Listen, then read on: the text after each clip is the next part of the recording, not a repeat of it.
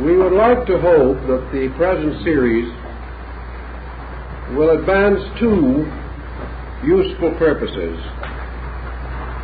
One is to contribute something to our historical and philosophical orientation in relation to ancient man, and the second, to unfold a more or less comprehensive method for approaching highly controversial issues. We know that the Atlantean hypothesis is held to be a simple, inevitable fact by some, who are unfortunately in a position where they cannot too strongly sustain their positions. It is also held to be a myth by others who have inadequate means of supporting their negative point of view. Thus, actually, we are in the presence of a mystery story, a story which must be examined in the weight of such evidence as is available, recognizing with Aristotle that rational evidence is acceptable in any learned group. In other words, the workings of the reasoning faculties can as truly and completely demonstrate a fact as so-called scientific method. Nearly all so-called scientific fact has either come from reasoning process or led to it. Therefore, the facts, apart from reason, lose most of their utility. But reason, if trained, may achieve facts not demonstrable on the level of academic observation or experimentation. Thus, we must try throughout this entire series to estimate our values, to gather such evidence as can be gathered, to interpret it with a largess of spirit which is consistent with good sense, thoughtfulness, and thoroughness. We are not seeking to attain an easy believing, but also we are not interested in denying merely because others have denied, or doubting because doubts are fashionable. What then is our basic problem? This problem deals with the existence of a comparatively important culture group at a time which we would generally regard as prehistoric. Perhaps better we should say that this group stands in the dim dawn light between prehistory and history. The moment we begin to consider this period, we learn several important negative facts. The first is that in spite of our achievements in many branches of learning, we have not been especially successful in pushing back the boundaries of history. We divide the world now into two distinct groups or periods, one historic and the other prehistorical. About prehistorical eras in general, we have a fair knowledge. We know something of the primitive man. We have the Piltdown skull, the Neanderthal jaw, and things of this kind, which tell us that at a remote period the primitive ancestors of humanity lived upon this earth, struggled against the natural hazards of their times, fought monstrous animals, and perished into limbo, leaving but primary and rudimentary artifacts or remnants of their survival. By geology, we come to some knowledge, and by the further aid of ethnology and anthropology, we have a picture of the remote world. We also have a fair picture of the modern world, from the rise of the civilizations of Egypt and those which flourished in the valley of the Euphrates down to the present time. It is this strange, shadowy interval between the prehistoric world and the historical world that we know that gives us the most baffling problem. We are unable to trace the emergence of civilized man as we know him. We are also confronted with a curious circumstance that historical research sustains, namely that for the most part, history is the continuing record of the collapse of systems, of cultures, the decay of peoples, the decline of nations, the disintegration of empires. History is almost an unbroken record of things dying, fading away, falling into neglect and oblivion. Thus, our history of races is a history of decline and fall. Scattered around the earth are the prehistoric records and remnants of peoples called the old people. These peoples we have neither any clear way of envisioning, nor can we adequately reconstruct their mode of life. For the most part, the records and remains of these people are to be found in stone, carving, or monument. To such we must add the usual accumulation of the ancient rubbish pile, broken pots, ancient decorations, primitive implements, and equally primitive ornamentations. Yet as we look around through these early shadowy remnants of things, we see flashes of considerable cultural insight. We do not know where this insight came from, but we observe a strange conglomeration of things extremely primitive and flashes of high genius. The artists who ornamented the interior of the caves of Spain and France with their prehistoric drawings were not, strictly speaking, amateurs. Today, modern art is seeking to capture the vitality expressed in these ancient prehistoric paintings.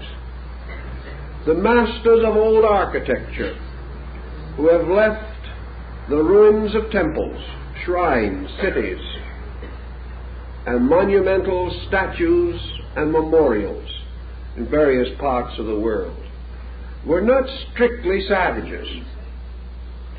They possessed an unusual ingenuity. They also revealed considerable mathematical, astronomical, scientific skill. Who were they? Where did they come from, and where did they go?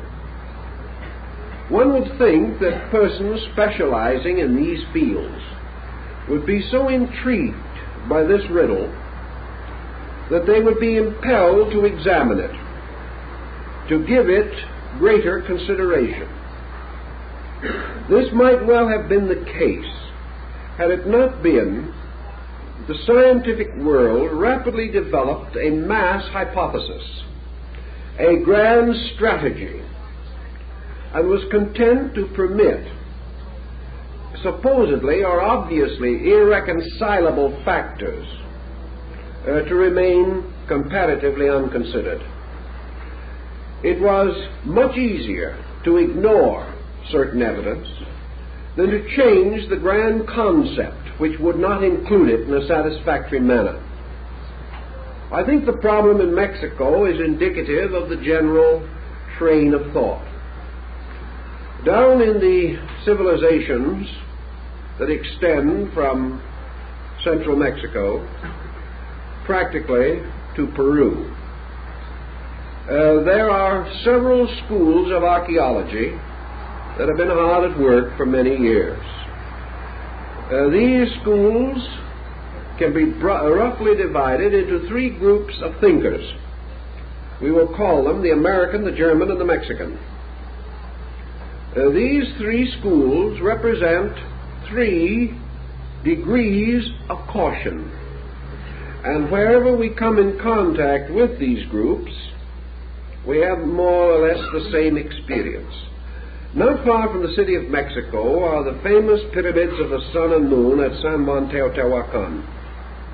These pyramids, which most of you have seen at least reproduced in pictures, are monumental structures, obviously planned, well executed by a highly intelligent group of artisans and architects. So we can assume that we meet three of these archaeologists standing at the foot of the Pyramid of the Sun. We turn to the American archaeologist and we say, when were these pyramids built? And if he is a forthright man, he will say, probably, we really do not know. But you must certainly have some opinion on the matter. Oh yes, we have that. Where facts are few, opinions are numerous. Well, when do you think they were built? Well, I would think, says the American archaeologist, that they were probably built about the 12th century A.D., perhaps the 10th. And if we want to get very, very optimistic and run into danger of strong criticism from headquarters, we can suspect perhaps as early as the 7th or 8th century. But certainly they are post-Christian in their monumental construction. Well, why do you say that? Well, we say it because it was not until the rise of the Tarascan peoples and other groups in the Great Plateau of Mexico, until they had reached a certain culture level, they could not have produced these monuments. They have to be recent. So you then turn to the Mexican archaeologist and you say, what is your opinion? And he will say, well, we do not really know either. But from our researching and from our thought, we suspect that these monuments are older than the American school believes. We would like to suspect that these monuments might go back 1,000, maybe 2,000 years before the Christian era, and that they were built by peoples who preceded the historical group in the Valley of Mexico. This assumes, of course, the existence of a pre-Aztec culture in this area. And according to the German viewpoint, the existence of such a culture is intimated in the remaining records of the Nahua peoples, for they distinctly seem to imply that these monuments were ancient at the time when they first reached the great plateau of Mexico. So the German scientist is inclined to be a little more generous.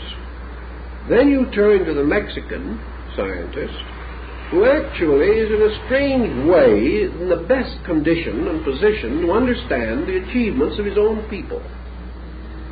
He has had his ear to the ground for a long time, is well aware of the legendary and lore that are definitely parts of the descent of our records in this region. And with a typical Mexican shrug of the shoulders, he will say, "We do not know when they were built, Senor. It is our opinion that perhaps they were built 8,000 years ago, 10,000 years ago.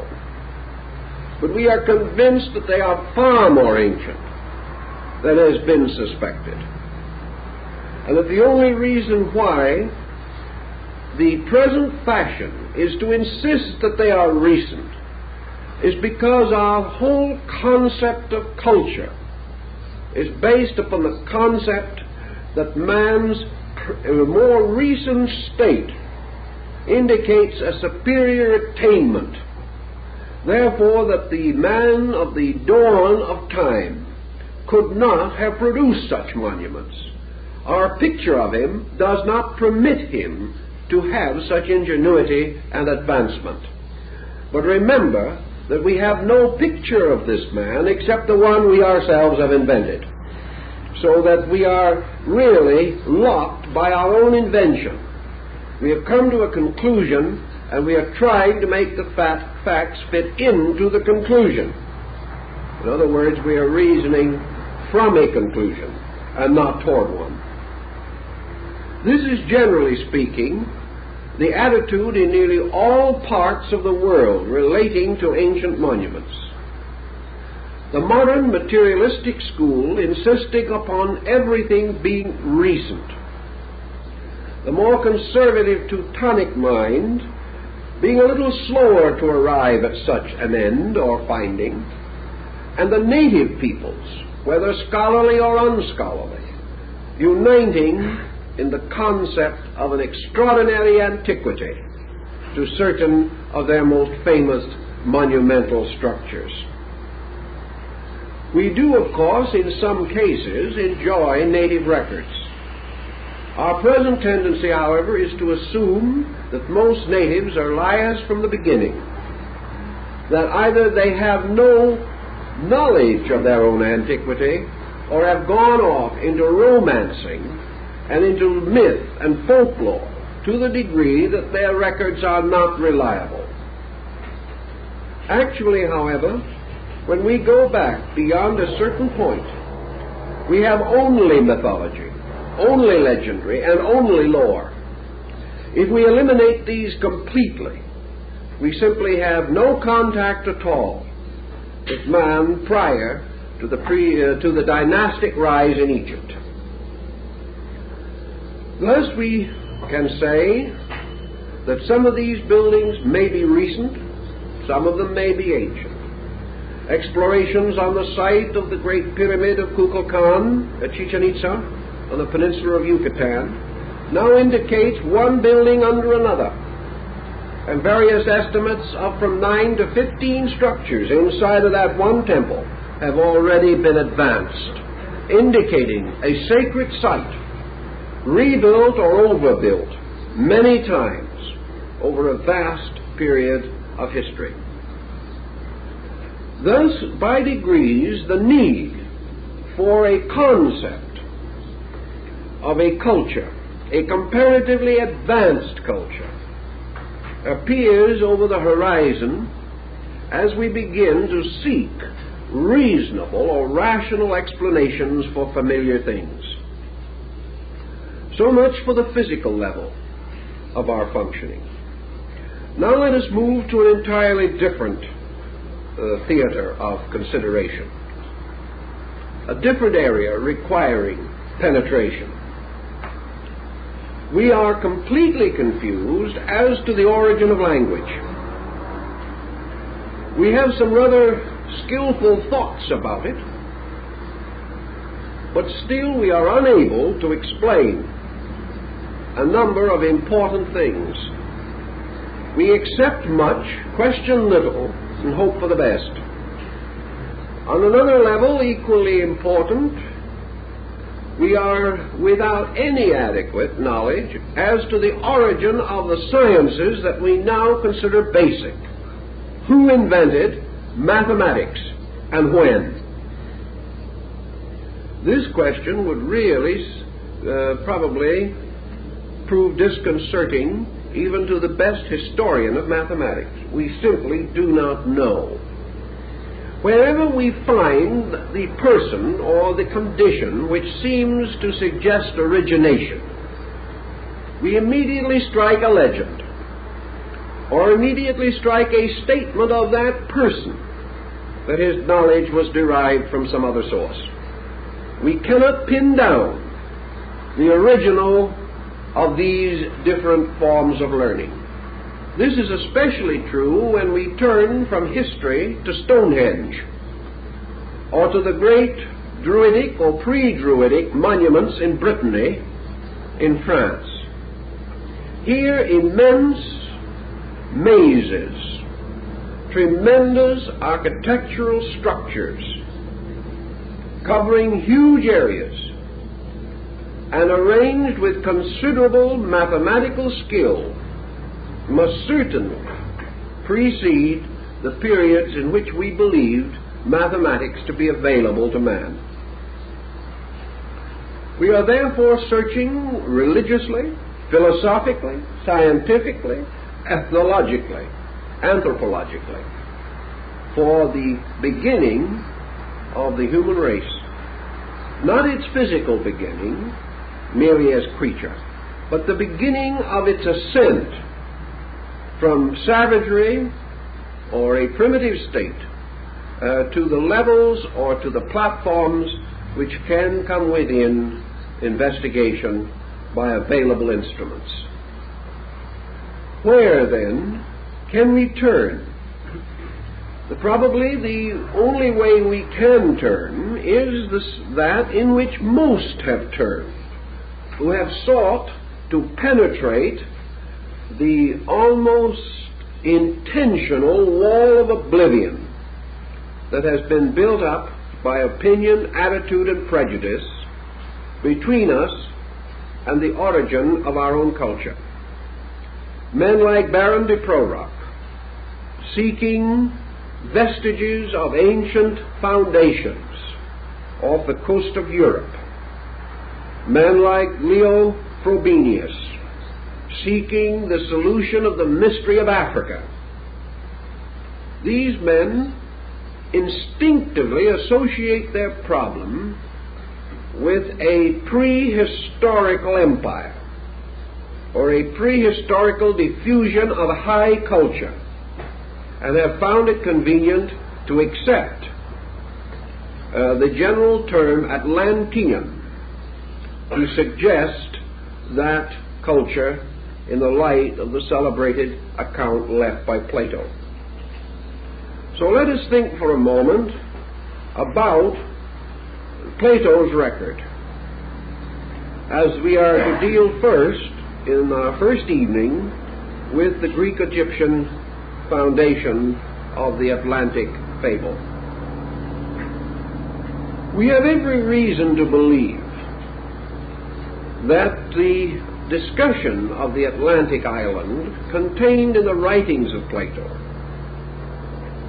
arose from the maturity of his years and has been preserved for us in the collected works of one of the greatest minds and the most admired intellects that humanity has produced. It would be difficult indeed to assume that the author of the Statesman and the Republic, the man whose mind so accurately and astutely estimated nearly every social and human problem, could have merely been fictionalizing, or have been himself easily deceived by some legend or lore. The actual story of Atlantis, as recorded by Plato, came to him from one of his disciples, a young man descended from the old Athenian lawgiver Solon. Solon, who flourished about the 6th century BC, was one of the 7 wise men of Greece. And it is very important to realize at this time that Solon is not included among philosophers, nor is he considered a mystic. He is not regarded as a scientist, and he was certainly not a theologian. Solon was exactly what our modern semantic association with the word Solon would indicate. He was a statesman. As a statesman, he was bound to the political and physical problems of his country. His primary contribution to Athenian life was a solution to the problem of the mortgage stones, which were heaped up on the corners of land to indicate various easements and various financial liens upon the properties. As during the course of centuries these properties changed hands and were mortgaged and remortgaged, a situation of considerable complication arose. The heaps of mortgage stones became so large there was no land left to till. So Solon had to fight with the problem of the ancestral and historical indebtedness of the Greek peoples. He solved this rather neatly, and also is remembered as the man who liberated the Grecians from the unhappy and difficult law permitting imprisonment for debt. It was not until the Middle Ages in Europe that this law was revived, and we are happy to say that it is now gone. If it wasn't gone today, there'd be no one out of jail. Now, Solon visited Egypt because of the general respect of the Grecians for the political and diplomatic skill of the Egyptian rulers. Egypt was a theocracy, uniting in the person of the pharaoh both priest and king. Egypt was also deeply versed in ancient laws and had a very skillfully developed system of legislation and jurisprudence. Solon went there, not in order to discover lost continents, but to find out some way to remove the mortgage stones. It was during this trip that the priests of Sais communicated to him the legend of the lost Atlantis. Solon was profoundly affected by the story, which he undoubtedly received as an historical fact.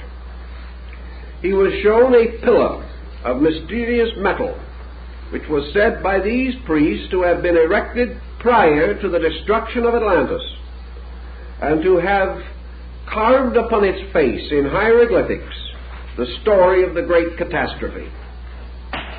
Solon, hastening back to Greece, became involved in the proper administration of his statecraft problems.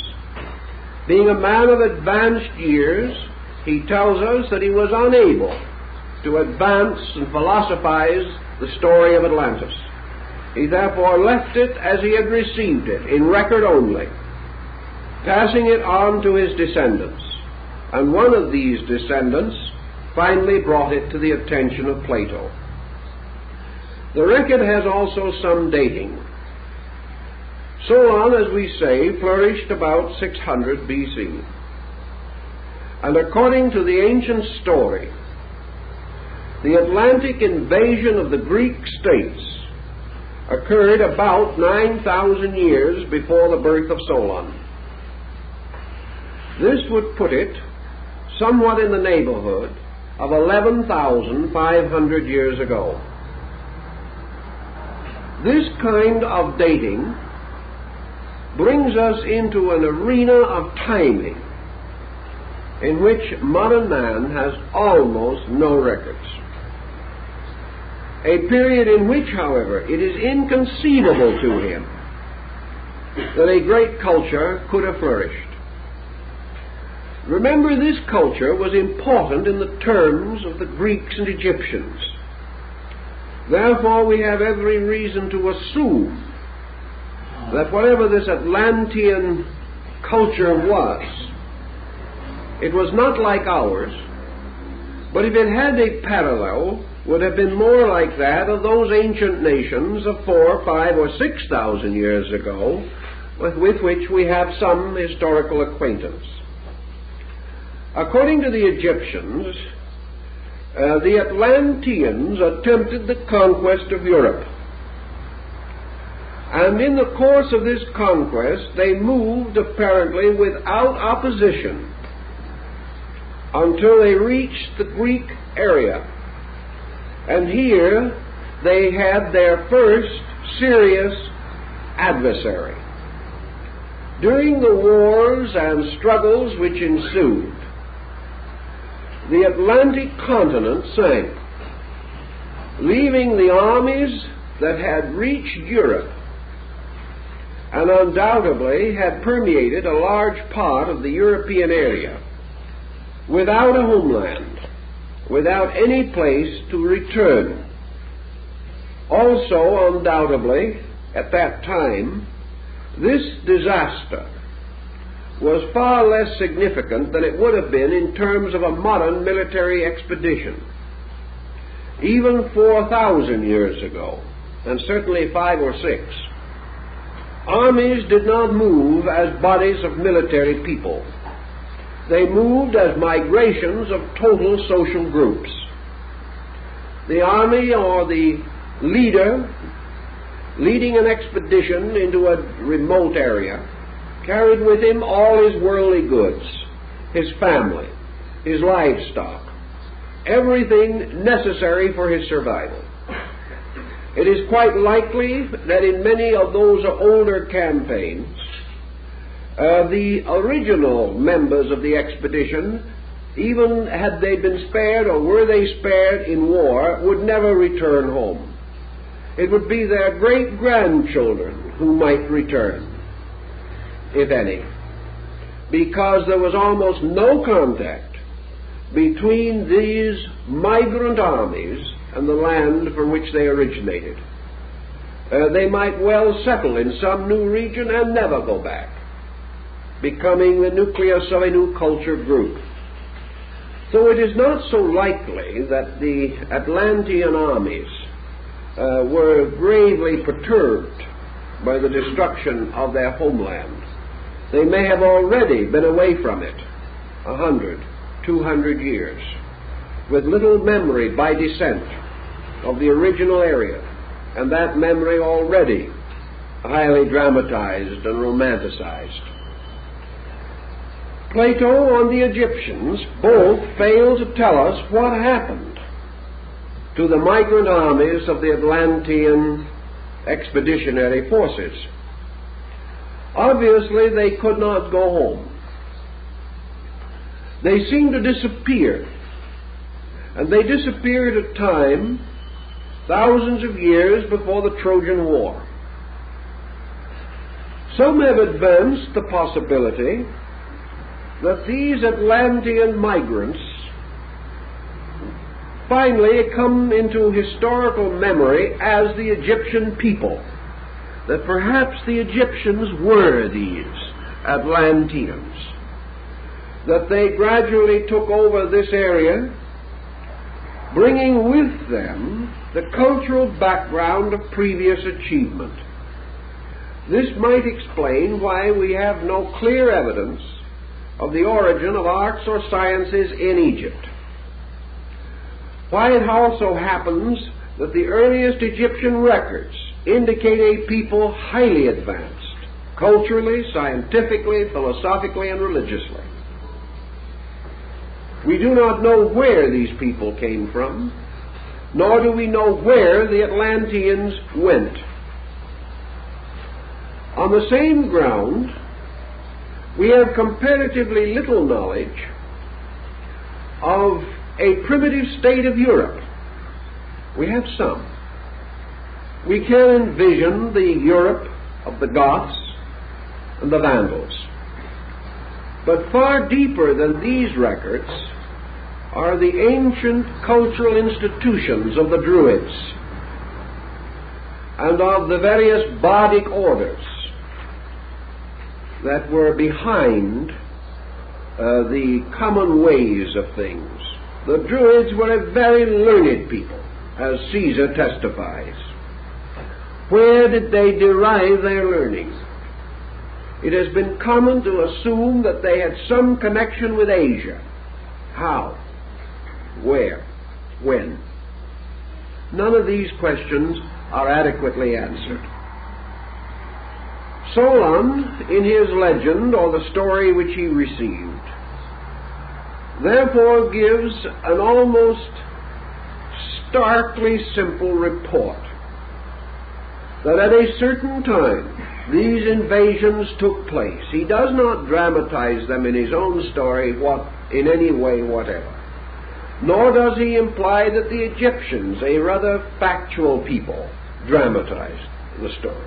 They presented it to him as a simple historical account, but unfortunately did not give him the details which might have clarified the whole issue.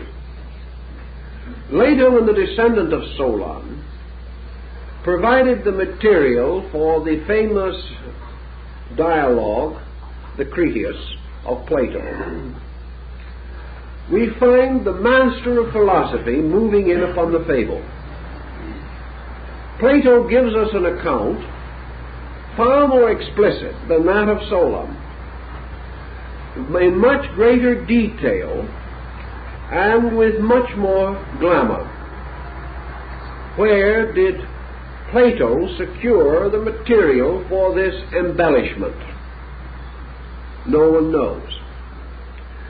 This embellishment, however, follows in itself a kind of pattern. It follows the pattern of Greek mythology. It assumes, therefore, that when the 12 deities divided the earth, that the seas and the great oceans were assigned to the deity Poseidon, and that from him and from his descendants came the mysterious empire of Posidonius. Thus, Plato, borrowing again from mythology, declares that Atlas, the man who carried the world on his shoulders, was an ancient Atlantean king. And Plato further points out the tremendously vital code of laws given by Poseidon to his people and to his children, the laws which became the basis of the great legislative system of the Atlantean state. These laws, incidentally, are practically identical with those set forth in the basic code of the great Babylonian Chaldean system, the Code of Hammurabi. Thus we have Plato implying that a great culture, a powerful religion, important mysteries or secret religious institutions originated in this great Atlantean nation. Plato then explains to us something that, can it be demonstrated, would be of the greatest importance. He speaks strongly of the maritime achievements of the Atlantean peoples. The great city of the Golden Gates on the island of Atlantis was actually a vast harbor. And into this harbor came the shipping of the Atlanteans, who were a great mercantile people. Their boats and galleys and crafts went throughout the world, merchandising, bartering, exchanging, trading. Plato does not specifically state colonizing, but let us move it there for a moment and consider what might be implied. a factual story gives us some help. We know that the Chaldeans, at a comparatively early period, sailed along the coasts of Western Europe, reaching as far as Britain and the Scandinavian countries to engage in the merchandising of tin. And we know that wherever these ancient expeditions came and visited, they left not only the immediate objects of barter, but a cultural impact upon the peoples that they visited. In other words, wherever the Chaldeans bartered, they left something of their philosophy and their culture, further testified to by the experiences of Caesar in interrogating the wise people of Gaul and Brittany. Thus, the migration of a great mercantile project traveling into very far areas would certainly imply the establishment of trading centers, trading posts, outposts of one kind or another, and even permanent settlements. The trader is always the same, and along the routes of his journey he leaves indelible impressions of his vices, his virtues, and his achievements. This brings us to another important situation. Is Plato romancing? Was it possible for an Atlantean merchant fleet to travel any extraordinary distance? Two questions then present themselves. What was the general geographical state of the Atlantic area at this time? Assuming that the central mountains of the Atlantean continent island, which may have been nearly as large as Australia, perhaps this area was connected with islands or other smaller, unsubmerged, scattered fragments of land, so that contact between Europe and America by means of this continent and islands might not have been a great challenge to navigation. The Seminole Indians in Florida have record of a land bridge that once extended all the way from America to Europe. While we may want to think that the Seminoles are not the world's outstanding historians, and there is some ground for this opinion, on the other hand, the Seminoles, like most primitive people, have no reason to misrepresent. It is meaningless to them. There is nothing to be gained, no purpose whatever, because they are not solving any problem and they were in need of no hypothesis. They were only telling the story of their people. They were preserving the record of some migration of their own ancestors, which they regarded as worth preserving. Another point in this situation is, what would be the probabilities of navigation by primitive instruments such as old galleys, sailing boats, or even canoes? There are at the present time in the Polynesian Islands huge canoes which have cruising range of over 2,000 miles. This, therefore, tells us that long journeys were not impossible.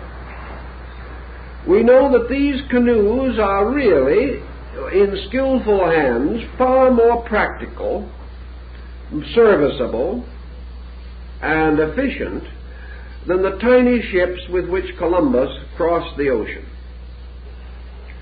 That the ancients had the possibility of ships equal to or better than those of Columbus, we have no reason to doubt.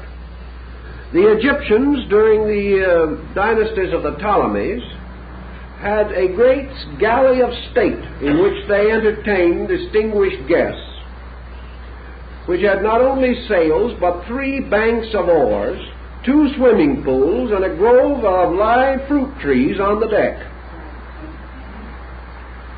We are not informed as to just how seaworthy the ship was, but at the same time, the idea of large vessels certainly goes back much earlier than the rise of the Hamburg American line. Also, it was not important that such journeys be rapid or immediate, because these people were not leaving relatives at home that they wished to get back to by the holidays. When they left, they probably never expected to return, so they took their relatives with them.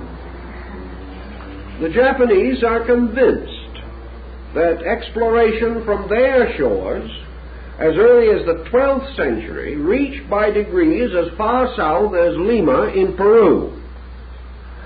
And we know that on certain currents, it is very certain the Chinese reached the coast of California at least 600 BC. Therefore, empirically, we cannot say that a considerable mercantile could not have existed, especially if the distances to be traveled were greatly reduced by a large land area in the midst of what is now the ocean. Perhaps there was no area that would have required any unusual means of travel. Even as we can follow the Aleutian Islands and things of that nature and make a reasonably safe trip from the Western Hemisphere to Asia. These considerations, then, do not tell us that Plato would have been romancing unduly. He was aware of the strength of the then existing Greek fleet. He also knew of the Egyptian navy and what it had accomplished and what it could accomplish. He knew that people far less skillful and less strategically placed had also conquered a smaller sea of their own, the Mediterranean. All these things were matters of degrees, not involving any major policy change. Let us assume then for a moment that in the course of their mercantile activity, trading and bartering for some reason, Plato does not tell us what they were seeking to merchandise. Perhaps like many powerful nations, they had built up a great level of luxury in their own culture, and that their people and their nation, which probably numbered some 60 million at its height, was a tremendous market for rare and remarkable goods from strange places.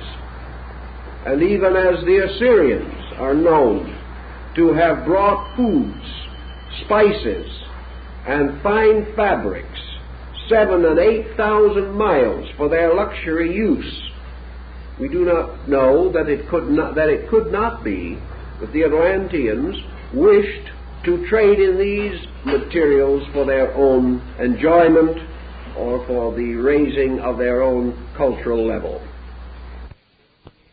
But almost certainly, some kind of colonization had to accompany a large expanding program of mercantile. We have in the more recent times of our own world the same situation arising. The expanding power of the British Empire in the 17th and 18th centuries resulted in a vast colonization program, the establishment of such groups as the Virginia Company, the Hudson's Bay Company, the East India Company, and others, for the purpose of distributing these various wares which could be gathered from other countries. The gathering of the material in these other countries required central storage areas, such as the treaty ports that were set up along the coast of China in the closing years of the last century. Such programs must have carried with them cultural infusion. Every colonizing program in the last 1,000 years has spiritually, morally, intellectually, and culturally affected all peoples involved in this colonization. And in spite of the fact that only selfishness may have dominated the original program, these colonizing plans have always finally resulted in the raising of native levels and have opened the way for the future independence of these once colonized and dominated groups. We have no reason, therefore, to assume that Plato was mad or completely impractical if he tells us something which we have seen repeated 100 times since, and have seen repeated by peoples of a much more complicated nature, and with situations that might have suggested other means of handling, but we have still followed the old traditional ways. If, then, it is conceivable that this Atlantic center did have a broad area which, like the spokes of a wheel moving outward from the central hub, finally diverged to an incredible rim area, we have one possible answer to the question of how almost completely isolated peoples, among whom there is no historical record of contact, and who have been separated by what appeared to be impassable intervals of mountains, land, or water, could have, at approximately the same time, been enriched by certain basic additions to their ways of life. In thinking of this, let us turn to some of these peoples. Even the Greeks do not or did not believe that they originated their own culture. They said that their culture came to them by a mysterious person from a distant place. If you go into the Polynesians, if you go into the Northwestern American Indians, or the Southwest Indians, or the old Iroquois League, or the Plains Indians, if you go into the Eskimos' culture, or to China, Japan, India, Persia, Syria, Assyria, Egypt, there is not one of these culture groups that will take the responsibility for having originated its own culture. This is important. While we have only myths to work with, that is true, every one of these groups of myths tell essentially the same origin story, that the peoples came from elsewhere, that they came with leaders who had led them from some previous location, that these leaders were responsible for the establishment of higher orders of culture in primitive areas. Thus, the natural or aboriginal peoples of these areas all insist that their cultures began with the advent of divine beings who came from remote places, from a long distance, from other lands. These remote beings did not resemble the people to whom they came. They wore different clothing. They spoke a different language. But in each case, they brought ideas. And from these ideas, the cultures of these local groups derived their impulse and their inspiration. Now, when you find this scattered throughout the earth, and you find almost identical cultures developing around these myths, so that Max Müller, the great German Orientalist, was actually correct when he said that there was never a false religion unless a child is a false man, that all these people came to the same basic ideas, and that as cultures developed, they developed around identical institutions. The astronomy of India, although we do not know where it came from, is not essentially different from the astronomy of Egypt, nor is it different from that of China, nor of that of Greece. And European astronomy is indebted to this entire background.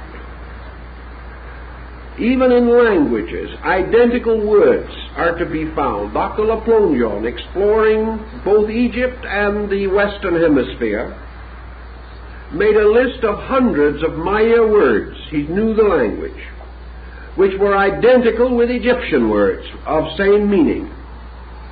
And also he made many drawings of glyphs, which show that the Egyptian words and glyphs for certain objects were identical with the words and glyphs assigned to them in the Western Hemisphere.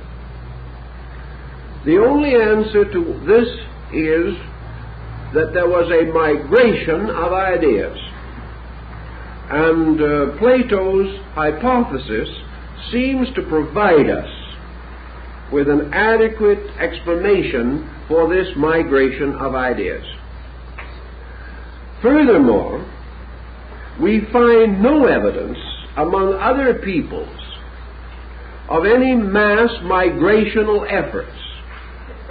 There is no other people known on the earth today in the mythology of which we find any clearly defined statement that that people was responsible for a powerful inflection of world culture. In other words, the Greeks do not say that they educated the Western Hemisphere. The Egyptians do not say that they ever had anything to do with China. India does not claim that it is responsible for Central American civilization. Nor can the Central American civilization, dear old Dr. Plongeon to the contrary, nevertheless, actually claim that it was responsible for the rise of Syria, Palestine, the Near East, and the emirs of Afghanistan. No existing people meets the need of the problem at hand, nor does any existing people claim to ever have fulfilled that need. And though their myths be many, this type of mythology is not to be found. But the mythology that someone else came to them is universally present.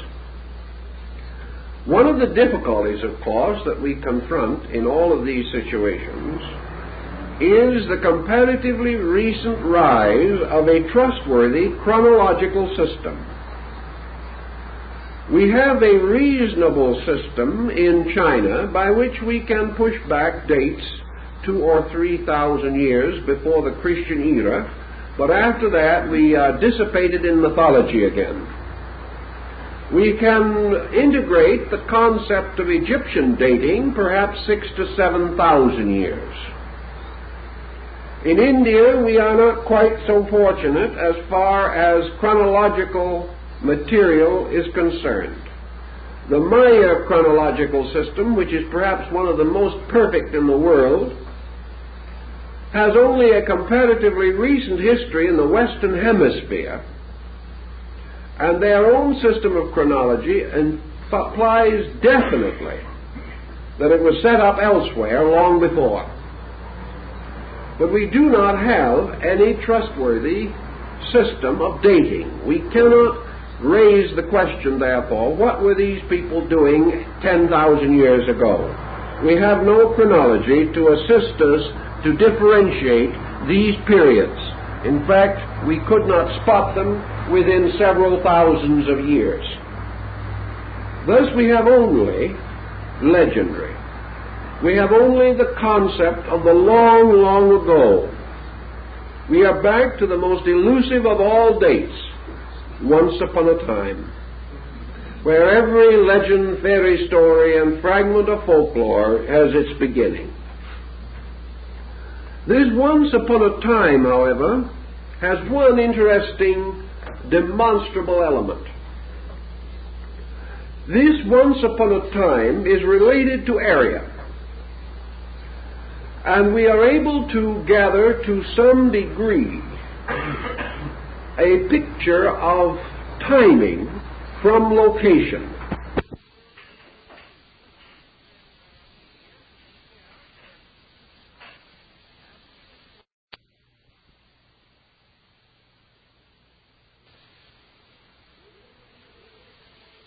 We are not even able to fall back upon the trusty old tree rings, because we don't know which trees were there at the moment. We have no way of actually clearing this situation. We have only the broad picture of many peoples to whom things happened once upon a time. We do know, however, that this once upon a time was already in vogue and well used, being accepted as ancient lore as early as 7,000 years ago. We know that the ancient peoples of the valley of the Euphrates and of Egypt referred to ancient times in their earliest recorded works. So the historians and the storytellers of the old dynasties were using once upon a time just as we are. And this must imply that the term originates prior to the rise of these historical states as we know them. If then we shall assume some of these things, we must turn back now and try to appraise our Atlantean. What manner of man was this? Who was he? What kind of a person? Is it true that great scientists and philosophers and scholars flourished in this empire of the Golden Gates 25,000 years ago? Did some strange catastrophe wipe out the first spaceships, aeroplanes? Were these people great scientists? Are we merely struggling to regain what they once knew? It's all very dramatic, very interesting, very difficult. Actually, we have to develop our premises very largely from the only record that we have in the Near Eastern area, in the Mediterranean area, and that is Plato. He tells us that they had great laws, good laws. He tells us that they built a great temple to the deity Poseidon, and that in this temple was a magnificent statue of the deity, that these people worked precious metals, that they were able to plate the walls of their city with orichalcum, a mysterious metal of the greatest hardness, like the plates or scales of a suit of armor. These people had armor, spears, bow and arrow, or at least some similar weapon. They were able to make war, and they were sufficiently aggressive so that it was not until the Athenians arose against them that they met any resistance in their migration. They domesticated the horse, which was sacred to the god who was the ruler of their land. They possessed the knowledge of the tilling of the soil, and from the description of their harbors, their earthworks, their ships, their laws, their ancient hierarchical orders, the descent of their rulers, their princely and priestly families, their knowledge of medicine, law, and science, from all these fragments put together, we must have been in the presence of a reasonably advanced type of person. Now, this does not mean, by any circumstance, that we must regard the Atlantean as a miracle or a wonder of wonders. All we need to do is to see him standing in the background of the ancient world, standing against the background of the great dynasties of Babylonia and Egypt, standing perhaps almost like some vast pre-Egyptian in the midst of the city which he had built, the city of great monuments and pyramids, a wonderful city on a wonderful land, fertile, which he was able to cultivate, for he had learned to gather the fruits of the fields and to sow the grain. He had gained much knowledge. It would be almost inconceivable that the gods of the islands would have written tablets, inscribing them with their instructions, and this Plato simply tosses in, had not the people had a written language. Nor would he be likely to refer to these achievements had they no histories or historical records. So we must assume that perhaps, as in the case of Egypt or Greece, that some at least of the Atlanteans were literate, that they possessed a written language and could preserve history, that they could also preserve chronology, and that perhaps they are some almost hypothetical Mayan, a learned person such as those met by Cortez when he arrived in the Western world and beheld for the first time the Venice of America, the city of floating ships and islands, ruled over by the wise and colorful Montezuma. Now, how do we gain any further knowledge of this? We gain it again by going to the myths of these circumference peoples, the mysterious beings who came to them in the dawn of time, responsible for their advancement and their knowledge, are always attributed as possessing such attributes as we have listed. In other words, they were persons wearing armor, apparently a kind of chain or scale armor, which caused them to resemble fishes.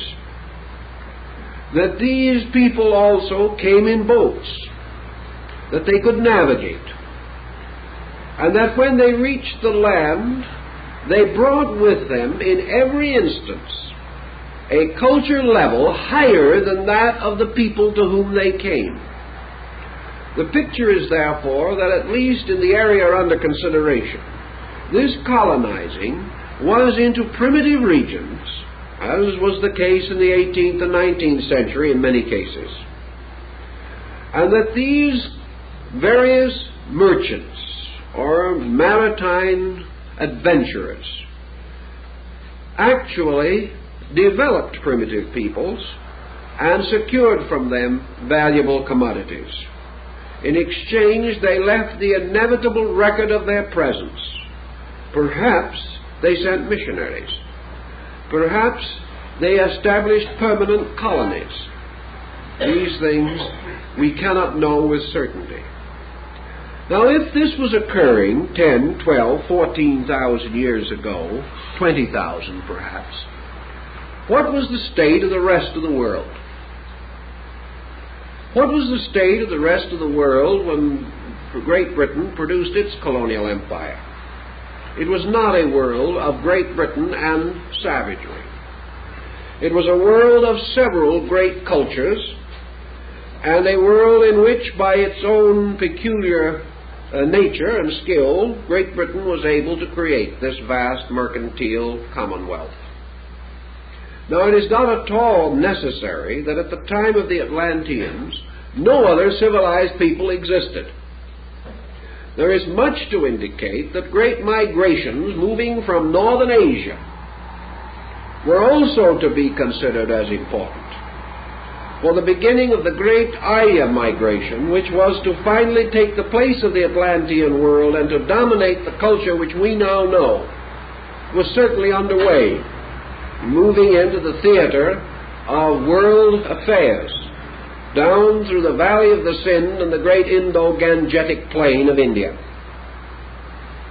It is quite probable, likewise, that the migrations of this Atlantean area might have carefully avoided large and powerful nations that also had existence. It may never have reached them, having been limited largely to the great Atlantic area. Or it may have reached them and fraternized with them. We have no record that it warred with them. Plato would imply from his account that there was no such thing as war as we know it until it was developed by the Atlanteans, that they were the first mortals to engage in war. If such is the case, perhaps they were the first whose ambitions, perhaps towards world dominion, brought them into conflict with the ambitions of others, or brought down upon them the resentments of exploited groups or pillaged culture systems. However we may wish to view this, Plato then moves into a moral ethical consideration in which he points out that the destruction of Atlantis was due to the disobedience of the princes and their peoples, who departed from the laws which had been given to them by their divine Father, the God of the seas. And as retribution for these errors, terrible catastrophes descended upon them, and they were destroyed. Plato's account ends at this point. No one knows why. It is possible that Solon's account also so ends, or that Plato, concerned with other essays, neglected this one, or perhaps purposely he intended it to go no further. In any event, we have the powerful concept of such a cultural center. This causes us then to begin to patch together the framework and remnants of the old cultures of the world, in an effort to discover, if we can, such common material as could well have been derived from a single source. We have considerable such material available to us.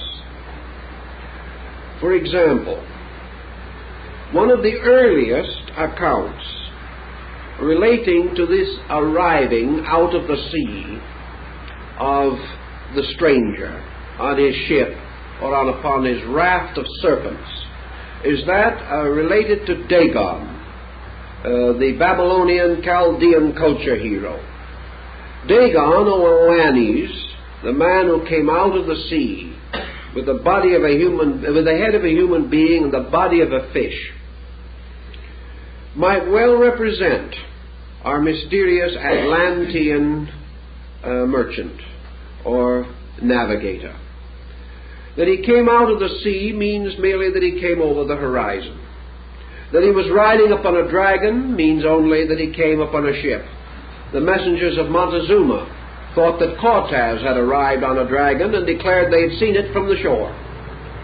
So we can pretty well consider what this means. Perhaps dragon carving on the bow of a boat.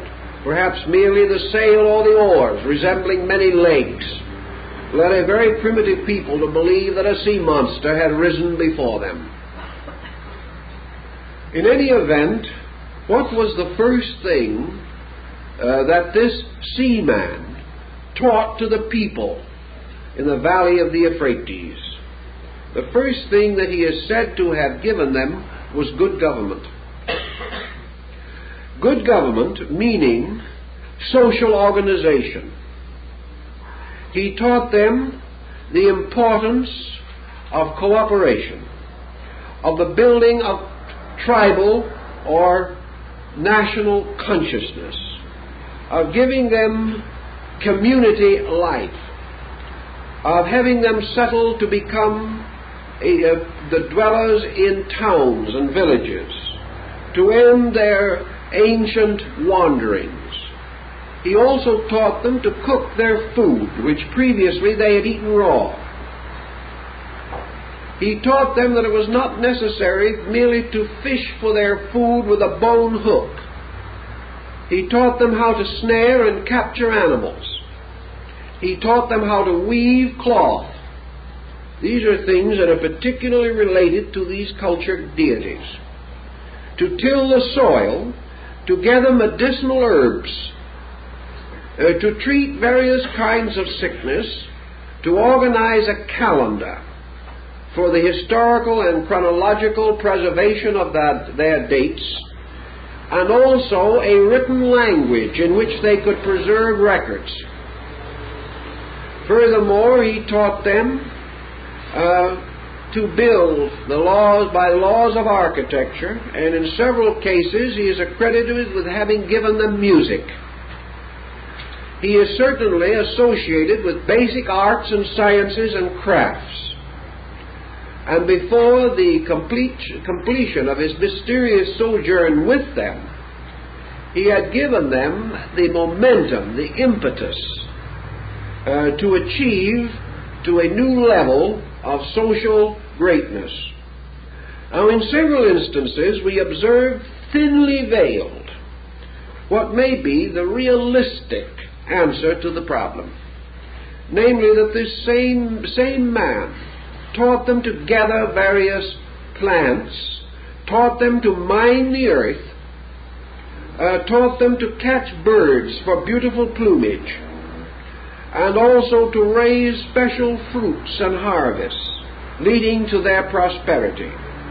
This implies that this visitor was setting up a proper situation for an exchange of goods. In other words, he was helping these people to develop skills, presumably with the idea that after they had produced this goods, he would take it and merchandise it for them. Furthermore, there is evidence that this stranger left artifacts behind him. He left things that had belonged to his people. These became sacred relics, regarded with the most profound veneration. As we begin to analyze this stranger who came from the sea, we almost inevitably come to the conclusion that he could not have been one but many. And this is again sustained by the records. For the records in Chaldea alone seem to point to at least 5 persons concealed under the identity of Dagon, or Oannes, the fishman. These persons visited the area at widely different periods, but had similar missions and identical contributions to make. And gradually, in prehistory, these personalities were either considered as one person with a phenomenal length of life, or as re-embodiments or returns of this one person on a religious level as avatars or re-embodiments. So we look this over with a rather critical thought in mind. We seem to observe a great deal of solid common sense. We have someone coming at that time to a people, establishing perhaps, as in the case in Mexico, where it is said Quetzalcoatl brought with him a retinue of persons of his own kind, and established a kind of court or community. In some instances, the emphasis is upon religious matters, but always it is upon advancement. And in every instance, the same second act takes place.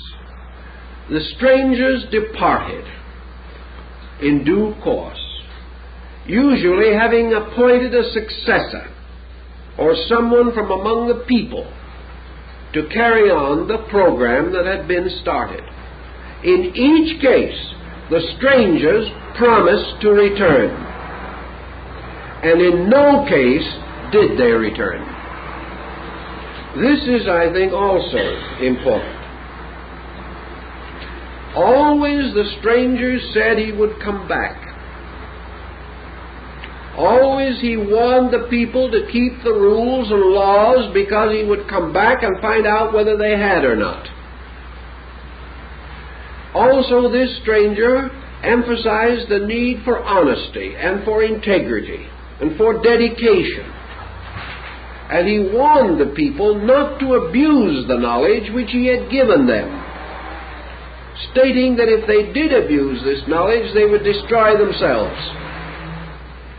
So with fond-a-do's of one kind or another, this mythological ancestor, this psychological forebear, vanished back into the sea again. He always went out by the same mysterious road of water by which he had come. His ship or his dragon seemed to vanish under the ocean, and he was never seen again. And his people waited for him, and they kept his rules, sometimes for centuries and thousands of years. And many, even in the world today, whether we realize it or not, are still keeping those ancient rules and still waiting for the return of the hero who came out of the sea. Where you find this maybe in 40 or 50 scattered culture groups, it has to have a meaning. There has to be something under it. We can say psychologically that perhaps it originates within man.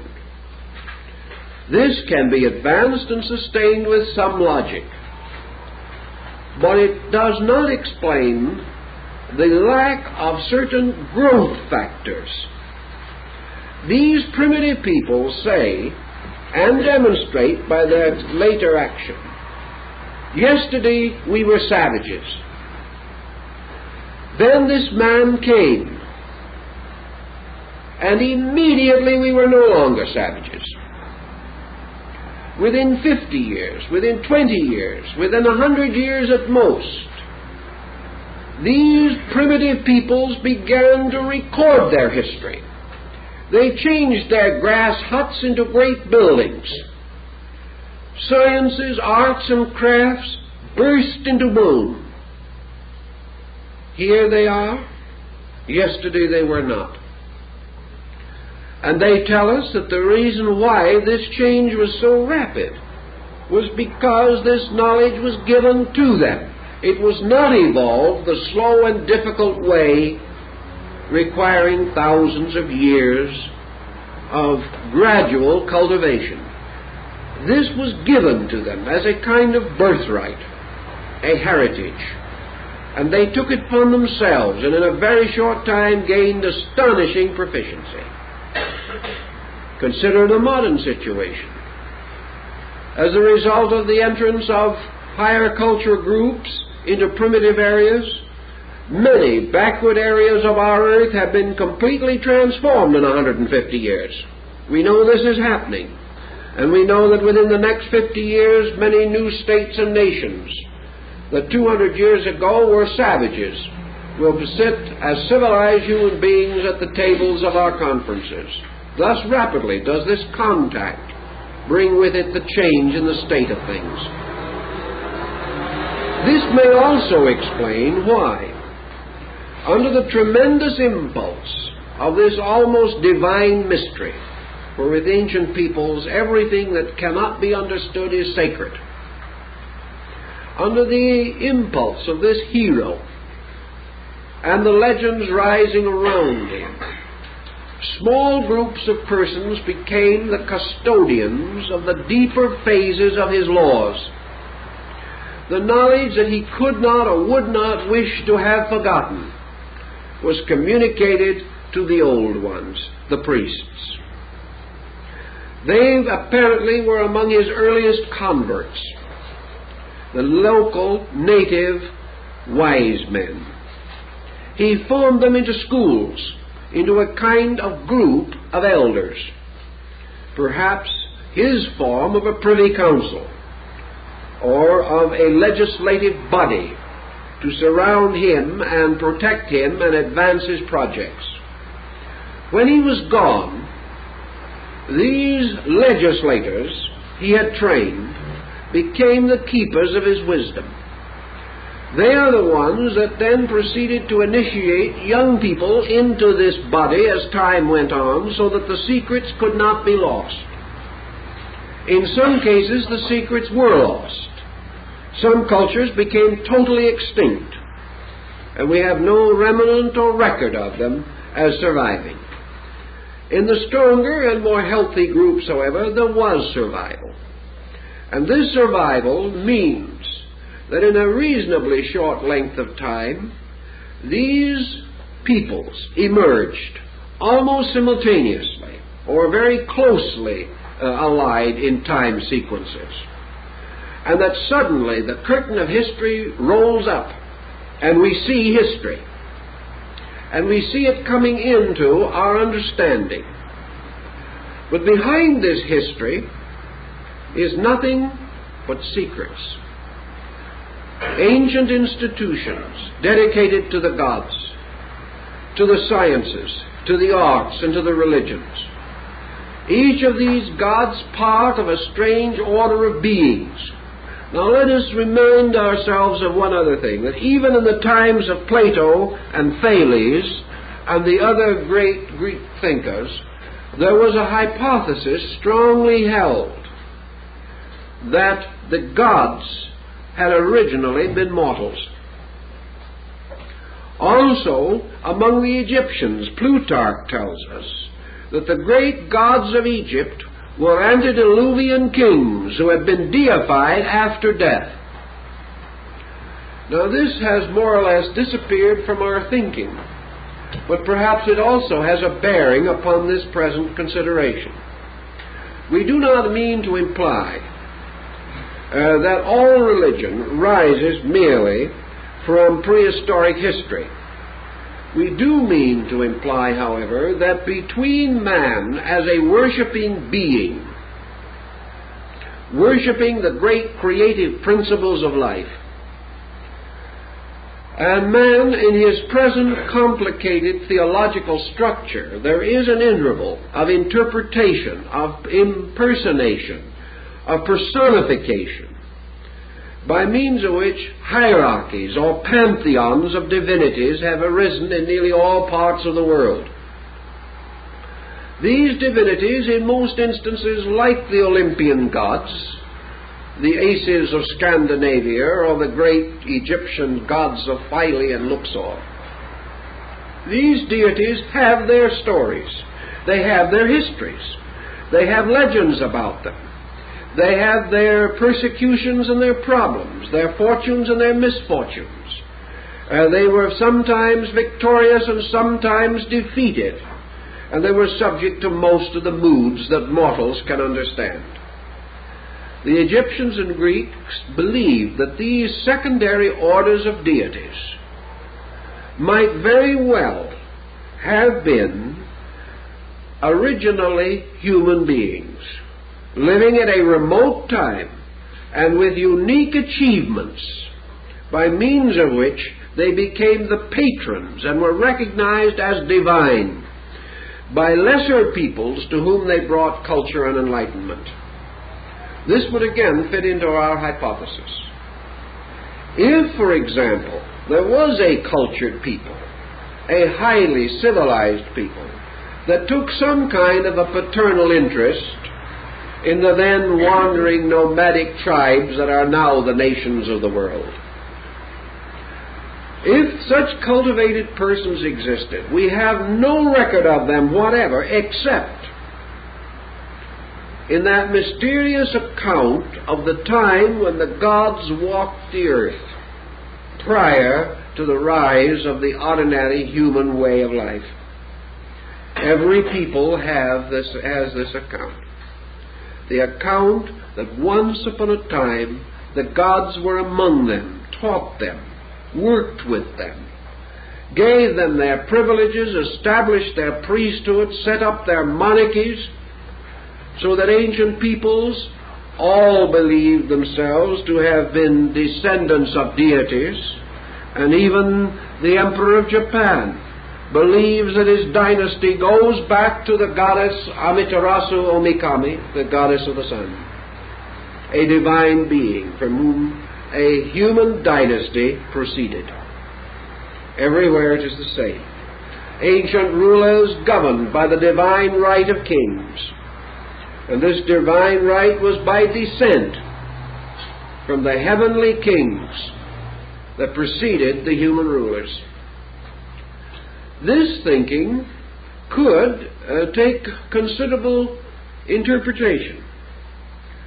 For it could well be that behind the history, this dim band that we cannot penetrate, is the band of these ancient gods. Now let us appropriate a scientific, philosophical, psychological thought. Supposing we assume that 6,000 or 7,000 years ago, primitive men, having attained, however, a measure of culture, began to contemplate their own origin. Suppose, for example, that the Eskimo or some of the Totem Indians had a long history and were going back to try to develop a concept of where they came from and who these great gods were, from whom they were descended. If they could go back to the earliest forms of their legends, there's one important thing that we must bear in mind. It is very difficult for any people or even an individual to imagine clearly a state superior to himself unless he is in the presence of example. It is quite possible for a primitive man of today, having seen a civilized man, to imagine him. But if the primitive man had never seen a civilized man and knew of no other kind of creature than himself, it is very doubtful if he could have imagined a group of ancestors or predecessors sublimely superior to himself. He would not have known how to describe them or what to call them. He could not imagine the origin of his clan being any different from the world that he knew.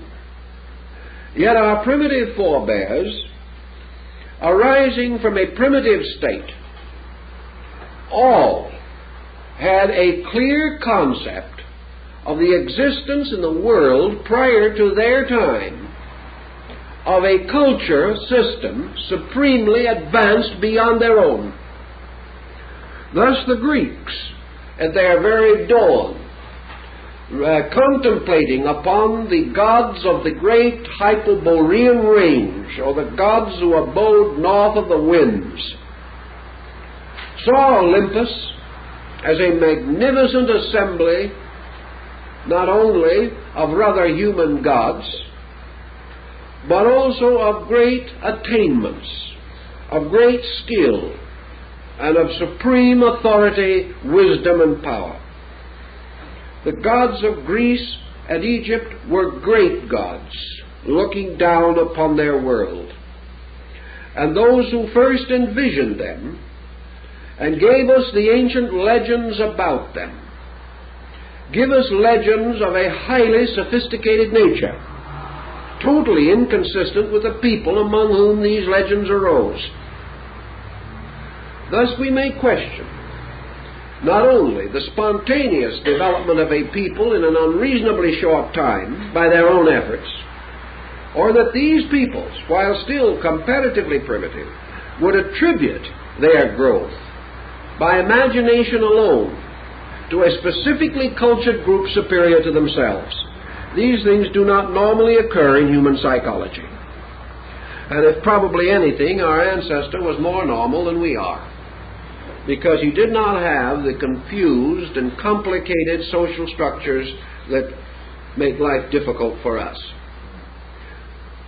So here we are with a new group of elements to consider. Let us take one of these elements and trace it briefly. Where did our religious insight arise?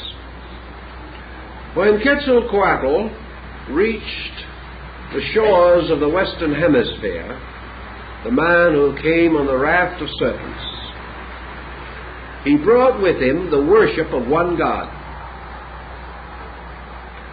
When the ancient Oannes came to the shores of Babylonia, he brought the worship of one God.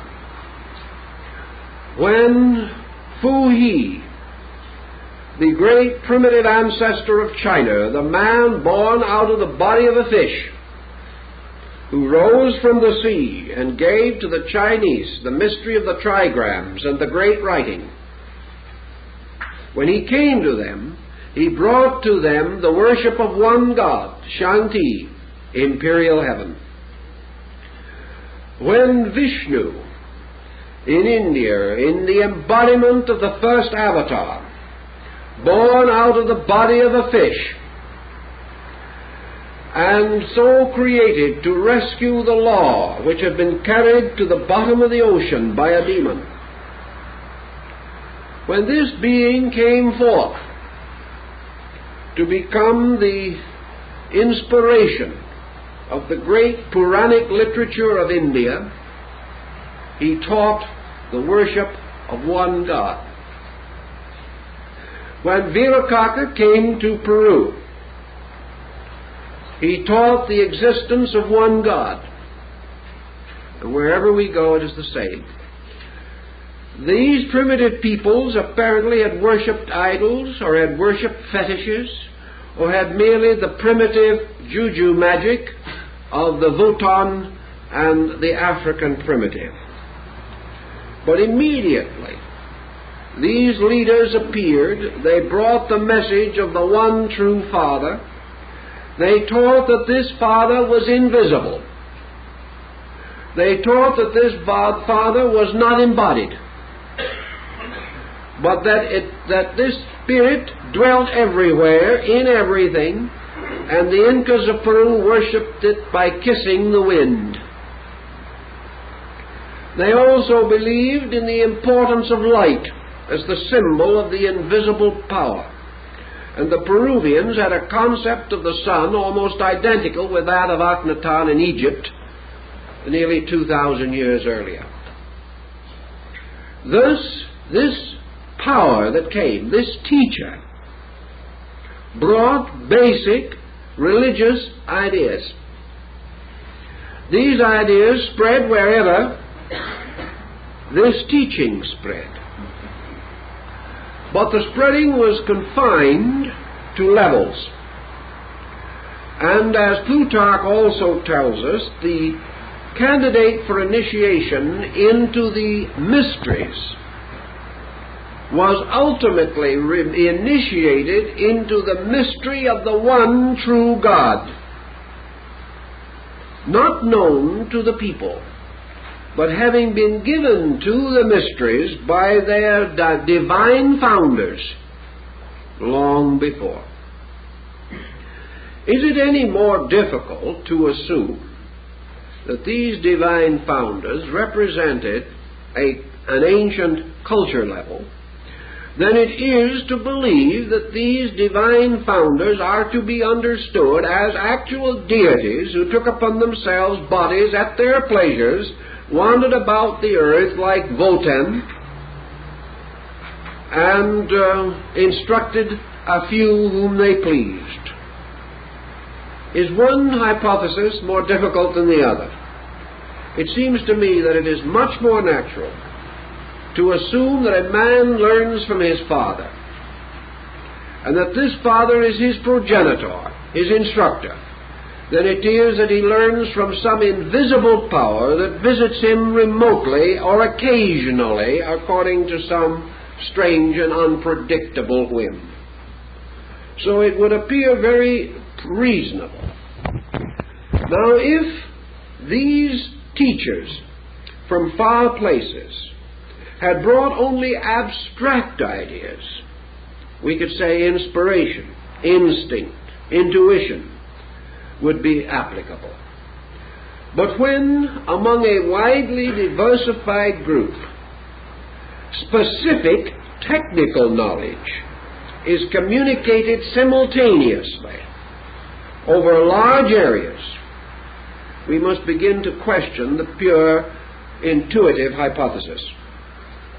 It seems far more reasonable to assume that these teachings were derived from some previous and adequate source that had the means to disseminate such instruction. Now, if we assume also that these teachers at a remote time returned to their own lands, or that the great mercantile centers which they represented were destroyed, then we have several possibilities. If, for example, during the height of the British colonial theory, the British islands themselves had sunk, it would not have meant the complete dissolution of all these different colonial projects. It would have meant, rather, that these projects would have been thrown upon their own resources, and in varying degrees of preparedness would have had autonomy thrust upon them. It would also mean that such travelers, merchants, scholars, missionaries, humanitarians, as survived because perhaps they were either on the sea or in these distant regions at the time of the catastrophe, would be required to establish new domicile, and probably would remain with the groups where they had created areas of prestige. Thus we may have a phenomenon which is noted among ancient peoples, and that is the curious differences between what might be termed certain aristocratic families within a racial group and the structure of that group itself. Sir Marco Polo, who visited Angkor, the great Khmer center in Indochina, the ruins of which are another unsolved riddle, declared that it was perfectly possible to tell the members of the aristocratic and royal family because of the complete difference in the color of their skin and in the structure of their features. Although these people had been born there and had ruled there for centuries, they were not the same stock. Now, the legends in that area are also rather explicit, and the concept seems to suggest that in all possibility the Atlantean group may have lain at the root of dynasties in areas under their control or domination. That this group intermarried, or perhaps selected certain racial stock for the extension of its own sphere of influence, and that there may therefore be definite traces of Atlantean bloodstream in non-Atlantean peoples who were reached at that time, and whose achievements centered around certain heroic groups within their own structure, as, for example, the caste system in India. We have every reason to believe that this caste system was set up deliberately to prevent the mingling of the bloodstream of the Aryas from the north, who were coming down into India, and the ancient primitive stock of the Dravidians. To preserve the dynamic of the new bloodstream, the caste system was instituted. There are small caste systems on practically every island of the Polynesians. There are small caste systems in every tribe in Africa. These caste systems seem to speak of the descent of certain families that had custodial rights at ancient times. And the proof that there was a setting aside is in the structural difference in these classes, a difference which cannot be accounted for by any difference of opportunity or environment, or any known difference of racial background. Thus we have the possibility, which has been long affirmed, that the religions of man came from these semi-divine beings, that these religions are all aspects of one faith, that this one faith, or the Vedas, the law, that this faith had its root in some central religious core, and may very well have been the religious code of Atlantis. It is very close to the pronouncements given by Plato concerning the nature of this code for the government of the Atlantic islands. Also, although Atlantis was an empire kingdom, the laws were such that they consoled Plato tremendously in the development of his concept of democracy. The liberties, privileges, and rights of the Atlantean peoples indicated a high degree of socialized attainment. This attainment could well be the impetus which caused other peoples, receiving it for the first time, to feel that it led them out of bondage and brought them a new vision of the dignity of man. This whole problem, then, would rest upon what would happen if this hub area, as Plato has described, was destroyed in 24 hours, carrying with it to death nearly 60 million human beings. If such a catastrophe occurred, it would mean one of 3 or 4 circumstances. First, the breaking down, the collapse of this colonial relationship, insofar as those more remote areas which were seldom reached and only occasionally contacted were concerned. Such areas would have only a dim legend at best of some strange person that came to them, changed their way of life, and never returned. The second group, where more permanent voyaging had set up some type of semi-permanent structure, would have the more clearly defined social impulse to go on, to build empire.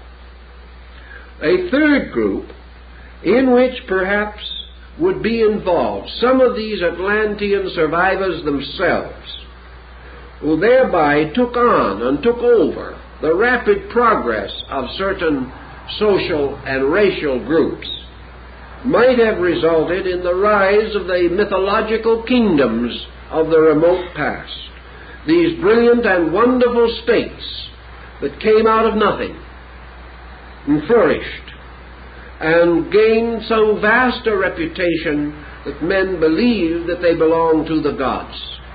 These Atlanteans who stayed could well have been gods walking among men, living with them, as Quetzalcoatl is said to have lived for many years, and finally either dying or departing.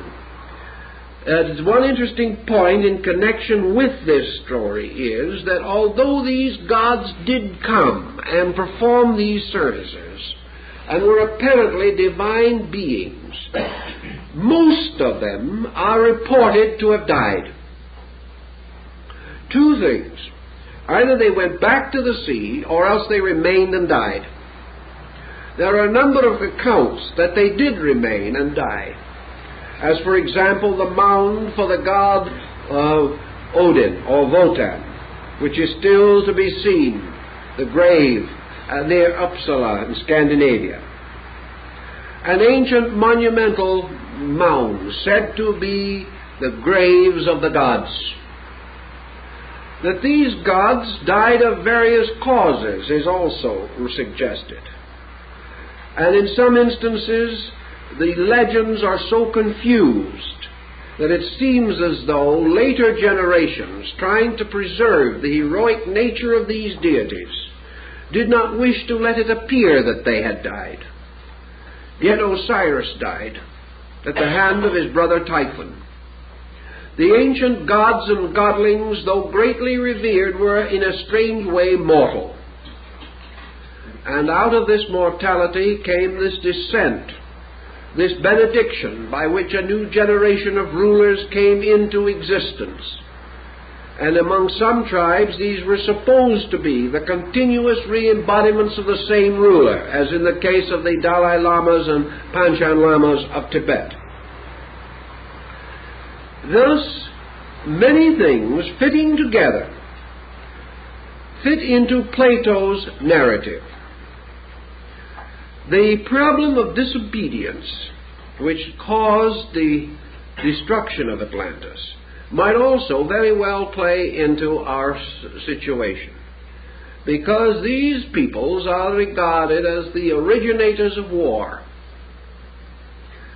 And war certainly was among the earliest indoctrinations of mankind.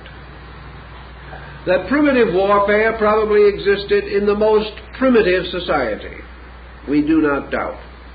But the great political development of warfare also emerges in the dawn of modern time, in the dawn of our historical period.